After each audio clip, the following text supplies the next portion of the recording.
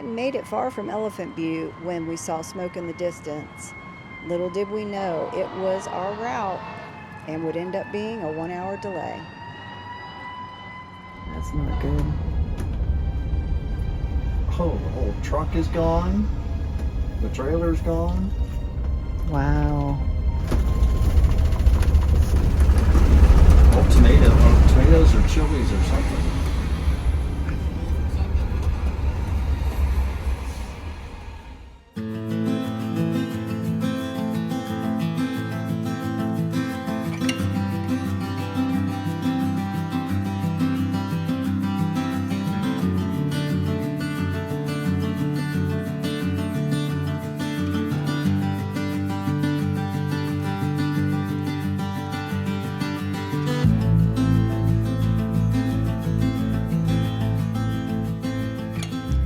The 1-hour delay didn't seem to make that big of a difference because we got to our stop in the Tucson area, the Voyager RV Resort. We got there with plenty of daylight to spare. This is a resort, not a campground. As you can see, the sites are a lot closer together and there were a lot of sites. But it's an adult-only place, so everybody was quiet and courteous, and this was in a great location so we could get out and see what we needed to see. Got this guy set up, playing.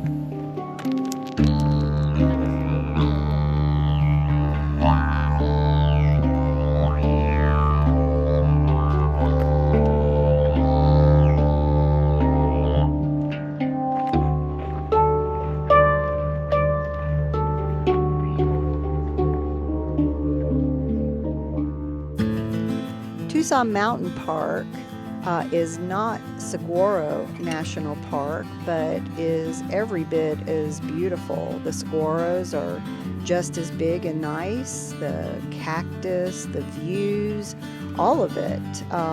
In fact, I almost think it's prettier than Saguaro National Park. The next day, we went to Saguaro National Park. It's at the base of Mt Lemmon. So the day was going to consist of driving through Saguaro and up Mt Lemmon. As you can see, it gives you beautiful views of Tucson, and the saguaros are breathtaking, really.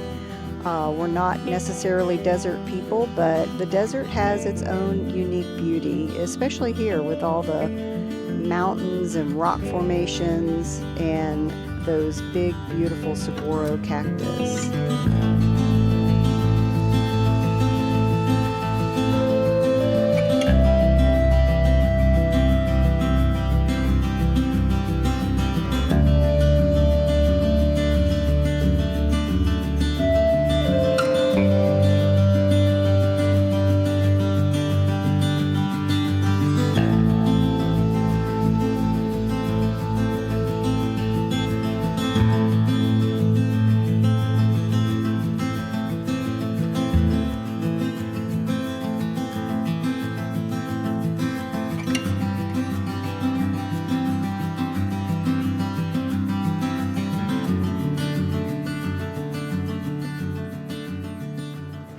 Ty and I sit here and wait while Don does his drone, his toy.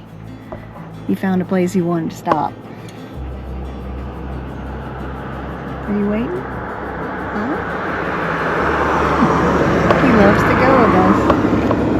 Yes, you do. I know.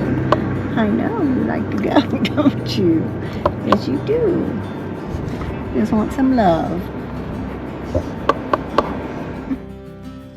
As we went up Mt Lemmon, around 4,000 feet, the saguaros and most of the cactus went away.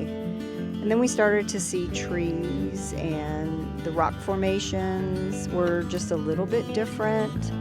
And then we started to see a little bit of snow on the ground too. Just traces at first, but you'll see as we go higher, there's a lot more.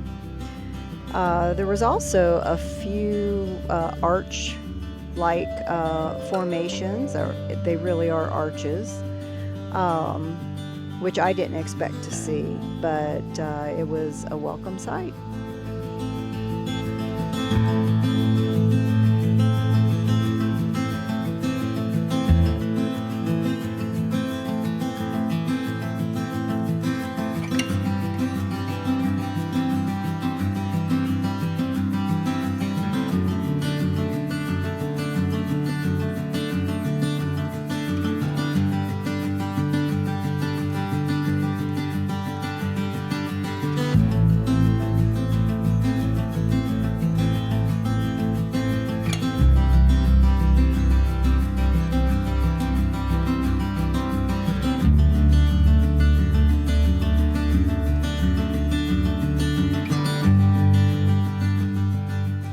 There was a place where we could pull over and let Ty out.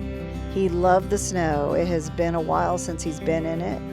Don threw snowballs and he chased them and knocked over someone's little snowman, and just acted like a puppy again.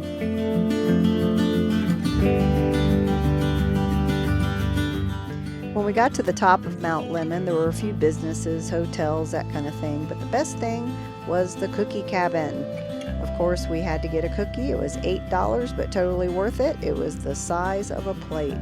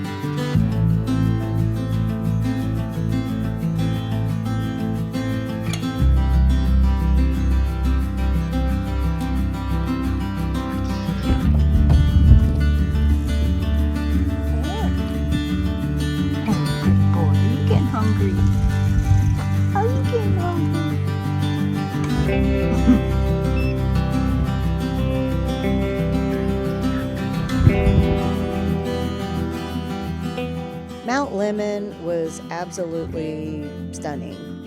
It began with a desert landscape with the saguaros and other types of cactus, and then slowly changed as you went up, and the rock formations started to look a little bit different. You started to see water. We stopped on the way down, and Don put up the drone and gave us a closer look into this canyon, where with our binoculars we could look across and see these waterfalls. So he flew the drone in there and just gave us a nice close look.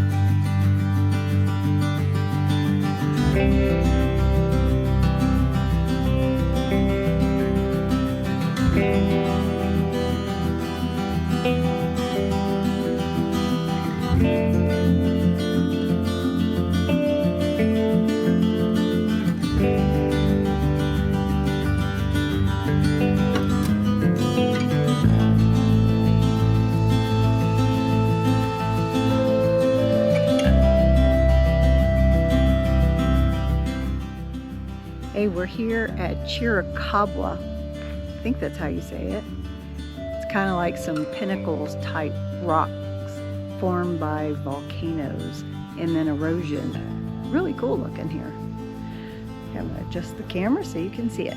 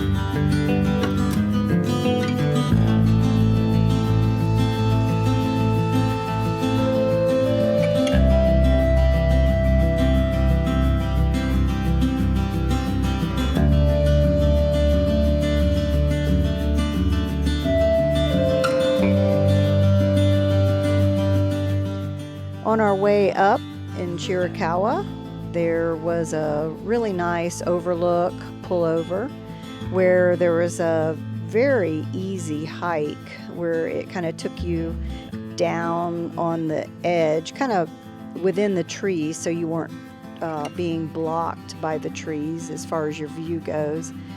And it allowed you to look out and see these pinnacle-shaped rock formations. It's really a unique sight. If you have a chance to go visit Chiricahua, I really highly recommend it.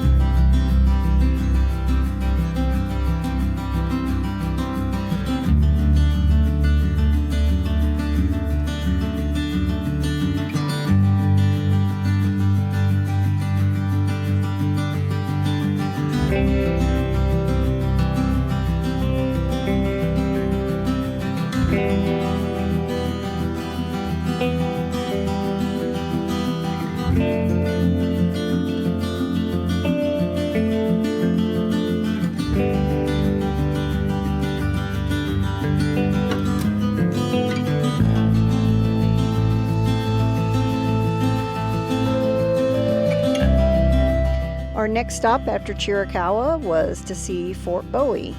We thought that we could drive right up to it and it would be a short hike to see the ruins of the fort, but when we got to the parking lot, it said it was a 1.5-mile hike to the ruins. So we thought, well, let's see if Ty can do it. And he did pretty well for about maybe a half a mile, but then he started getting a little too hot. So Don decided to stay back with him, and I continued on. Fort Bowie was built in 1862 following the Battle of Apache Pass, the scene of 2 engagements with Cochise's Apache warriors. The U.S. Army was there to protect the settlers from the Apaches and to protect its springs, a valued source of water. But after the surrender of Geronimo in 1886, the fort fell into ruin. The hike wasn't too bad, but it is a little bit longer than a mile and a half. On the way back, I filmed some of the highlights. This is the Apache spring that the U.S. Army was guarding. It was used by the Apaches, the soldiers, and any travelers. It was really the only source of water. They did set up this example of an Apache camp, how they would have lived, which was pretty interesting. I wouldn't have expected that. And then there was the cemetery that still had wooden headstones up, as you can see. And then the Butterfield Overland Mail Apache Pass stage station. You'll see the ruins right there. Tumacacori is a compound with the centerpiece being the mission church that was built in the early 1800s by Franciscan priests. They were settling a community there just off the Santa Cruz River, and right in the neighborhood of the natives that were the O'odham, who lived there. They were hunters and gatherers, and slowly they kind of integrated into the compound with the priests, and in doing so they learned modern farming techniques and kind of shifted or modernized the way that they lived. The grounds offered them protection, offered them community, and especially protection from the Apaches, who were big in this area. We didn't really know much about this place, and found it very interesting. This is the graveyard that you can see. I'm panning up to the high part of the mission church. This is the graveyard, and several graves there, priests and I guess locals. I'm not really sure what this building was. They didn't tell us, but we gather that it was a place to come in, kind of like a chapel for the dead, you know, to celebrate their lives or come pray for them. But it was right there in the middle of the cemetery.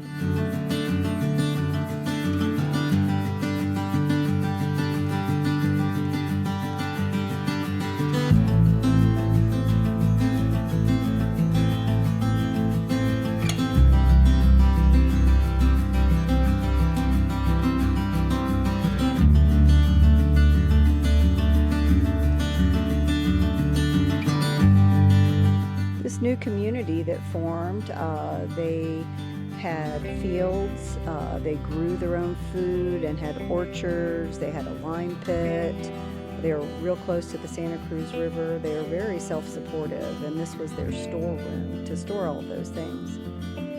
This is how the O'odham people lived.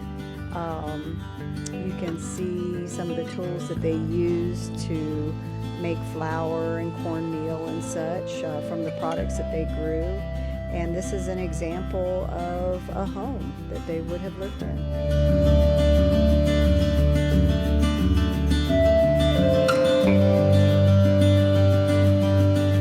Coronado National Memorial commemorates and interprets the Coronado expedition and the cultural conflict and exchange between indigenous peoples and Spaniards during the 1500s. The area offers panoramic views of the U.S.-Mexico border and San Pedro River Valley. While we were there, the forest rangers told us that because the part of the park, or it just joins right there with the Mexican border, just to be aware and just be careful. And as you can see in the distance, you can see the wall, because that is Mexico right there.